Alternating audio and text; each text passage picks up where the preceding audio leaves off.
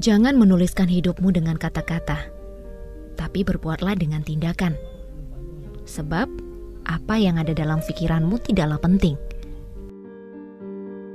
Ia akan menjadi penting saat kau melakukan hal berguna dalam hidupmu.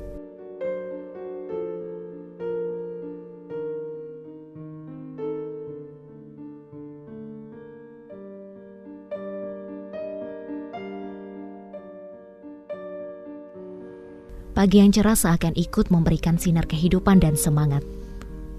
Selalu ada mentari baru di setiap pagi. Selalu ada kesempatan baru di setiap hari. Itulah yang kuyakini setiap aku memulai hari. Namaku Sylvia. Orang-orang memanggilku Isil. Aku tinggal di rumah ini bersama seorang ibu yang biasa aku panggil dengan sebutan Ama. Kehidupan yang kami jalani berdua saat ini menjadikan kami berjuang dengan sangat hebat. Bagaimana tidak? Aku memiliki keterbatasan dalam bergerak dan berjalan. Dan Ama lah yang selalu setia mendampingi di setiap aktivitasku.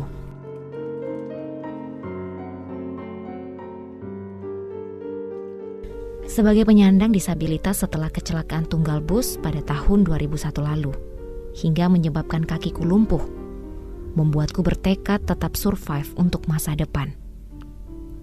Keterbatasan tidak lantas membuat aku berhenti berkarya. Aku sangat sering merajut. Merajut membuatku betah berlama-lama di kamar mungil ini. Bisa dibilang, kamar ini merupakan ruang kerjaku.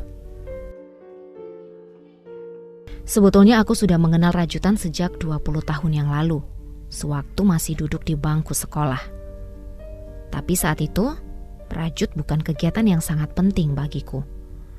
Kami di sekolah melakukannya karena tugas kreasi hasil karya tangan sendiri, untuk nilai kesenian.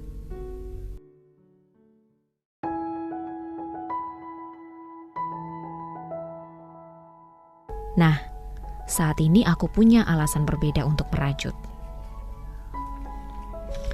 Keadaan dan kebutuhanlah yang akhirnya membuat aku memilih fokus merajut. Apalagi aku menyadari betapa nyamannya mengisi hari dengan karya sendiri.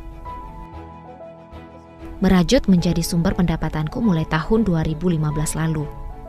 Tapi di tahun itu, hasil karyaku masih sangat terbatas. Aku masih ingat bagaimana tahun 2017 aku bertemu dengan Ibu Arniria Kesuma yang akrab kupanggil Bu Uce. Bu Uce merupakan pelopor dan desainer pembuat sepatu rajut dari Bogor. Bu Uce lah yang selalu mendorong dan memotivasiku untuk selalu mengembangkan keahlian dalam merajut. Melalui buku inspirasi sepatu dan sandal rajut karya Bu Uce, aku belajar banyak teknik rajut. Salah satunya teknik Haken, yang ternyata bisa diaplikasikan pada sepatu dan sandal, yang membuat penampilan semakin mempesona.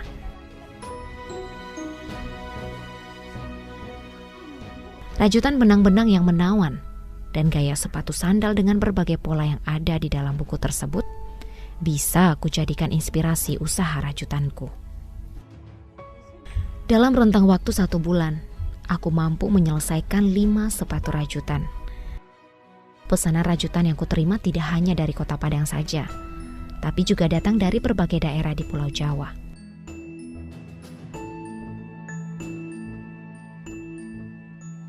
Untuk rajutan sepatu jenis boots, aku bisa menyelesaikan dalam waktu 3-4 hari, tergantung model pesanan. Satu pasang sepatu ini kujual 250 hingga 800 ribu rupiah, tergantung ukuran dan model sepatunya. Ini merupakan sebagian dari karya rajutanku. Sebagian sengaja kupajang di etalase, dan sebagian lagi sudah kupasarkan melalui berbagai perusahaan startup dan sosial media seperti Facebook dan juga Instagram. Karena memang memasuki era digital yang serba cepat saat ini, tidak kupungkiri peluang memasarkan produk secara online dirasa lebih efektif dan efisien. Sepatu dan berbagai produk dengan model beragam mulai dari model untuk anak kecil, untuk anak muda, orang tua, wanita maupun pria. Keseharian yang kujalani tidak begitu baik. Selalu mendapat berbagai cibiran dari orang-orang sekitar, bahkan dari keluarga. Tidak sedikit juga yang memandang aku rendah dan lemah. Ya, mungkin keadaan kasat matalah yang membuat mereka menilai aku seperti itu.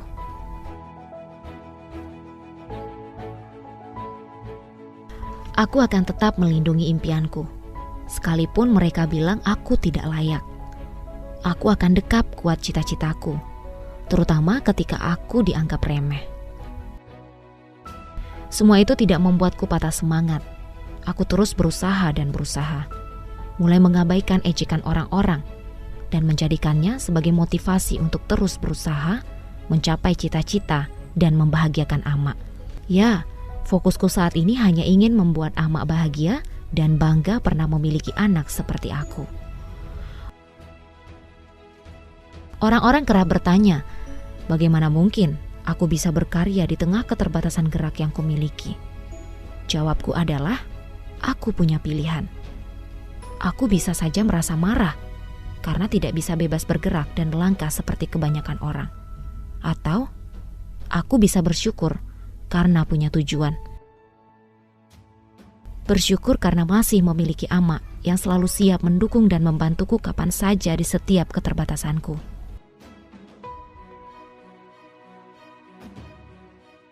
Melakukan aktivitas dengan bantuan kursi roda awalnya membuatku canggung. Tapi lama-kelamaan aku fasih juga.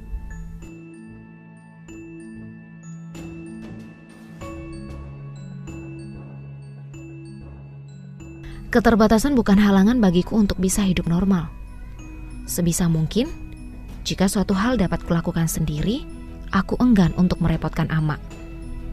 Aku akan berusaha lakukan sendiri. Seperti sekedar untuk mengambil minuman atau makanan ke dapur. Aku lakukan saja apa yang bisa kulakukan untuk saat ini.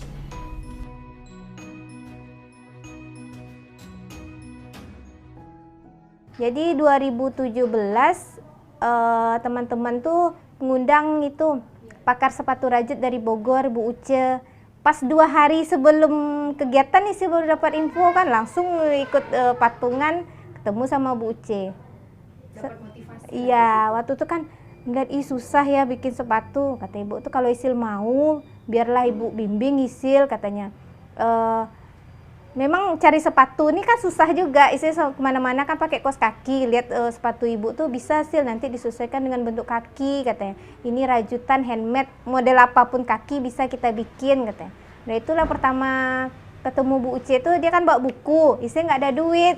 Nah dikasih sama Ibu Uce tuh, nanti soal bayar belakangan aja, katanya. Yang penting Isil mau fokus, ibu bimbing, katanya. Sampai sekarang alhamdulillah. Bimbingannya gimana? Jarak jauh kan belajarnya lewat online aja, lewat grup WA.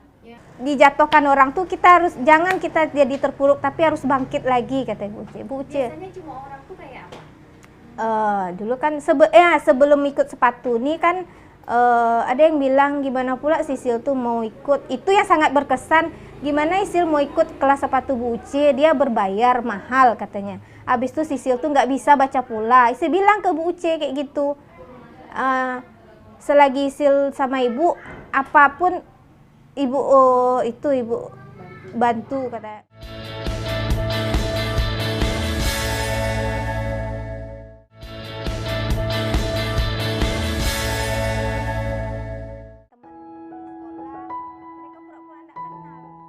Aku tak ingin tenggelam dalam keadaan yang menakutkan.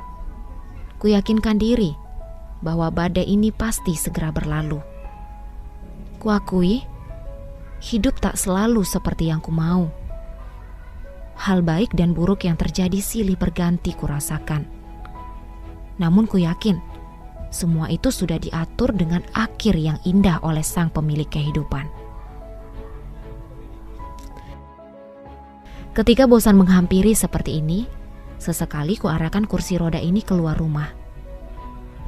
Kembali melanjutkan rajutanku sambil menghirup udara segar, sembari menikmati hangatnya sinar mentari yang menyapa.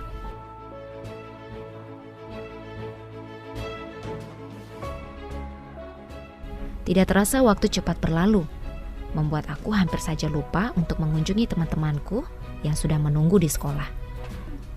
Aku memang berjanji dengan mereka untuk berbagi ilmu merajut. Di mana ada kemauan dan keyakinan, di situ pasti ada jalannya. Dengan keterbatasan tak berarti membatasi aku untuk bergerak dan mencapai tujuan. Dengan mengendarai motor modifikasi roda 3, aku bisa mendatangi teman-teman yang mau belajar merajut bersamaku. Selain Ama, si Pinky ini jugalah yang selalu menemani aku kemanapun aku ingin pergi.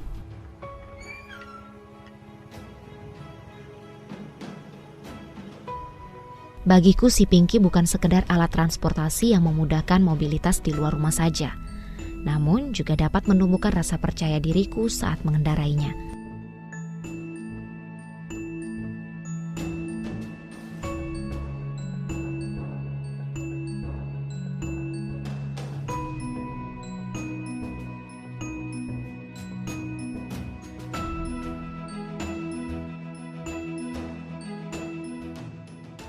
Kemana dia mau pergi, saya ikut menemaninya. Karena dia agak sulit pergi sendiri. Dia sangat rajin dan tidak mau dia patah semangat, dia tidak mau. Dia harus maju. Akhirnya aku dan Ama sampai di sekolah luar biasa Yayasan Pembina Pendidikan Luar Biasa atau biasa disebut SLB YPPLB. SLB ini merupakan salah satu SLB tertua, sekaligus yang pertama berdiri di Provinsi Sumatera Barat. Bagiku, sahabat bukanlah tentang seseorang yang telah lama ku kenal, tetapi tentang seseorang yang menghampiri dan kemudian dia tak pernah meninggalkanku. Vino, sahabatku yang juga memiliki keterbatasan. Dari Vino, aku belajar arti kemandirian di tengah keterbatasan. Vino memiliki peran penting bagiku dalam aku berkarya. Biasanya, di setiap kegiatanku, Vino selalu ada untuk mendokumentasikan, mengambil foto dan video, kemudian menguploadnya di media sosialku. Ini juga salah satu cara untukku memasarkan produk-produk rajutanku.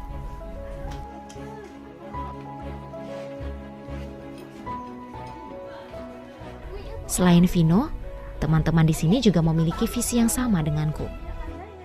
Mereka mempunyai keterbatasan dalam mendengar atau tunarungu. Mereka tergabung dalam komunitas Gerakan Kesejahteraan Tunarungu Indonesia atau GKTRI. Lihatlah, wajah sumringah mereka memamerkan hasil karyanya setelah 3 hari kami tak bersua.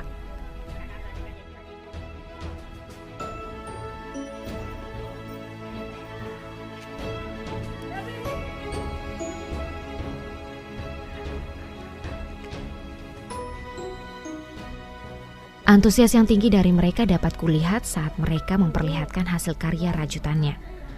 Ada yang berhasil membuat tas kecil, dompet, tempat telepon genggam, mainan kunci, dan produk handmade lainnya. Senang sekali rasanya berada di tengah-tengah mereka.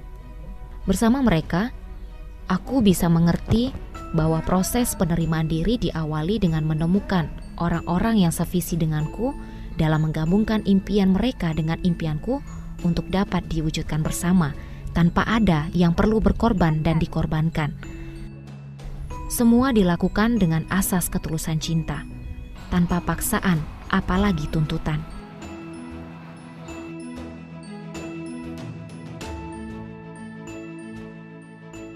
Tidak hanya ibu-ibu tunarungu saja, siswa di SLB ini juga ikut bergabung bersama merajut bersamaku. Kuakui, komunitas tunarungu sangat cepat menyerap apa yang kubagikan.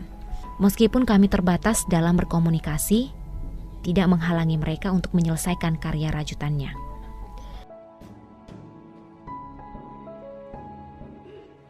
Menjadi berbeda dan mempunyai kekurangan tidak membuat kami putus asa. Kami menjadikan kekurangan sebagai pemacu semangat untuk menjadi lebih baik dan bermanfaat bagi sesama. Bagi kami, Berbeda bukan berarti harus menyerah kalah dengan keadaan.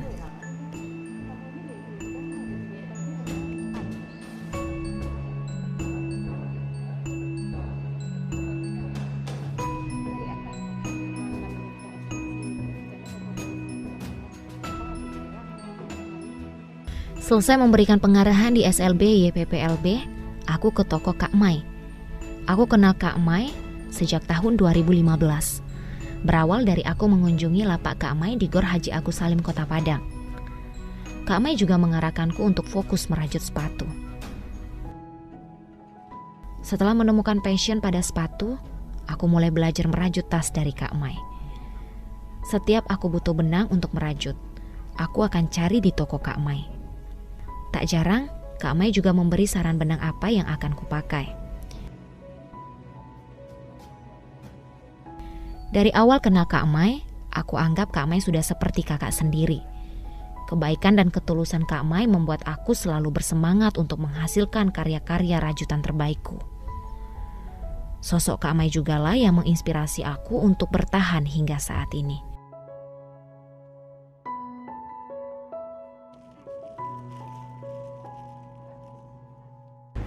Pada awalnya dia sangat antusias ya terhadap rajutan.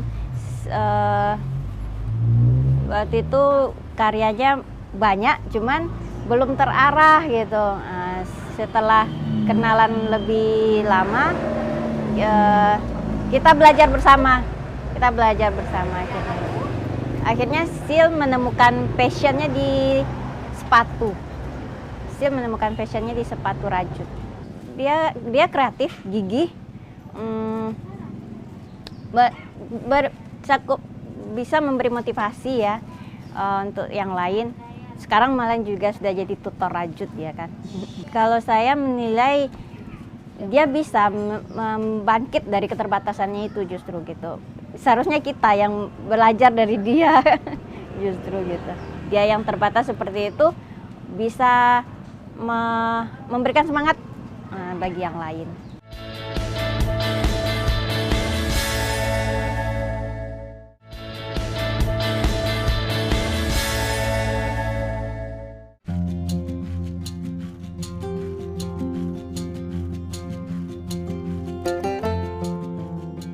Karya-karyaku juga disupport oleh pemerintah Kota Padang, seperti Dinas Perindustrian dan Perdagangan, Dinas Pariwisata, Dinas Koperasi, dan sejumlah BUMD serta beberapa lembaga di Sumatera Barat. Tidak jarang aku diikut sertakan dalam berbagai kegiatan pameran atau bazar yang diadakan mereka. Ini juga merupakan wadah bagiku untuk mempromosikan karya terbaikku.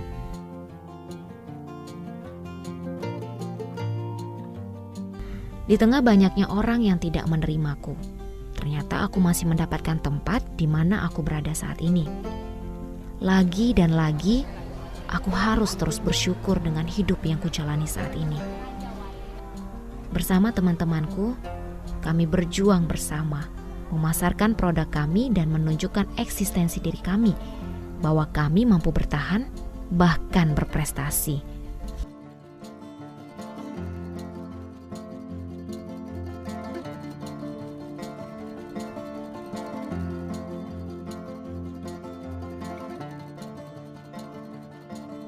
Berbagi bukan tentang seberapa banyak ilmu atau pengalaman yang kupunya, namun seberapa tulis dan ikhlasnya apa yang ingin kuberikan kepada sesama. Di tengah kesibukanku, aku juga menyempatkan memberikan pelatihan merajut kepada ibu-ibu di daerah Pasianan Tigo. Pelatihanku ini mendapat dukungan dari Kamar Dagang dan Industri atau Kadin Kota Padang. Selain mengerjakan pesanan rajutan, Isil juga memberikan pelatihan kepada teman-teman disabilitas lainnya. Kemarin nih di SLB mengajarkan teman-teman tunarungu, juga diundang saat berada di Payakumbuh berbagi ilmu kepada adik-adik di pondok pesantren, dan saat ini berbagi ilmu dengan ibu-ibu di Pasianan Tigo. Masing-masing peserta tuh berbeda. Ada yang cepat bisa merajut, ada yang semuanya dari dasar, tapi ada yang cepat menangkap, ada yang agak Bakat ya? Ya ada, iya sesuai bakat. Nggak bisa dipastikan, kadang-kadang ibu-ibu ada juga yang kemarin nih nenek-nenek juga ada yang bisa cepat. Kadang-kadang ada anak muda kalau nggak ada keinginan memang susah juga.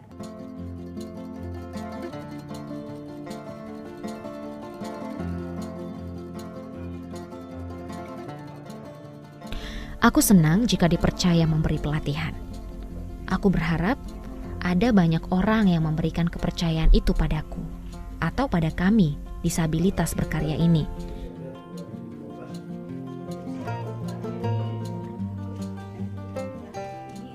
Semoga pelatihan ini mendapatkan hasil yang baik dan berkah bagi kita bersama, terutama kepada yang ikut sebagai peserta pelatihan pada hari ini. Latar belakang daripada pelatihan yang dilakukan adalah bahwasannya potensi rajutan, kerajinan rajutan juga akan memberikan hasil yang maksimal kepada ibu-ibu rumah tangga dalam rangka memanfaatkan waktu-waktu senggang mereka.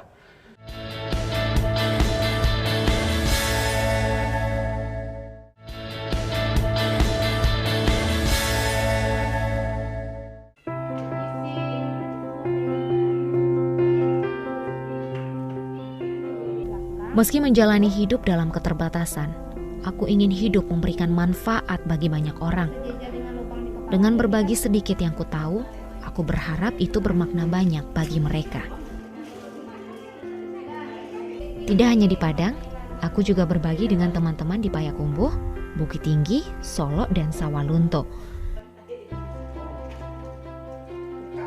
Di mana ada kemauan, di situ ada jalan. Aku bisa sampai di kota manapun membawa kursi rodaku ini. Si bulat bundar yang jadi kakiku ini tak pernah menghalangiku kemanapun. Ia ikut menemaniku.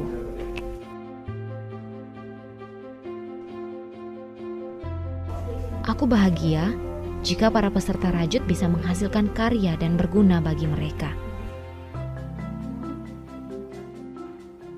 Tertariknya itu ya pertama mungkin motivasi kali ya dari guru hebat ini ya, guru hebat ahli merajut. Dan juga mungkin nanti akan diaplikasikan kali dalam kehidupan sehari-hari. Kebetulan saya juga guru seni budaya dan keterampilan. Insya Allah saya akan ajarkan nanti pada siswa-siswa saya di sekolah.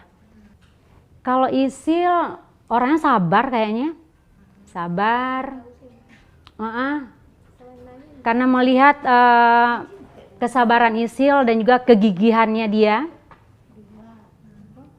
termotivasi untuk itu.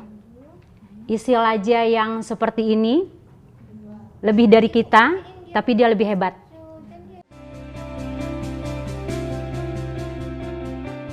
Keterbatasan bukanlah alasan untuk aku berhenti wujudkan mimpi.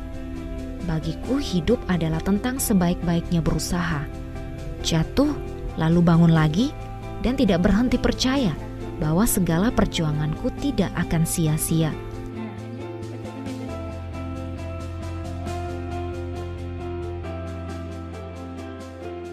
Takdir sudah kuterima. Aku begini, harus kuhadapi dan kujalani. Tapi aku harus bisa melangkah maju, menerjang menembus batas untuk meraih mimpiku. Kini, aku telah mampu mengubah takdir menjadi indah dalam hidupku. Aku memang tidak mampu mengubah arah angin, tapi aku bisa mengatur layarku untuk selalu mencapai tujuanku.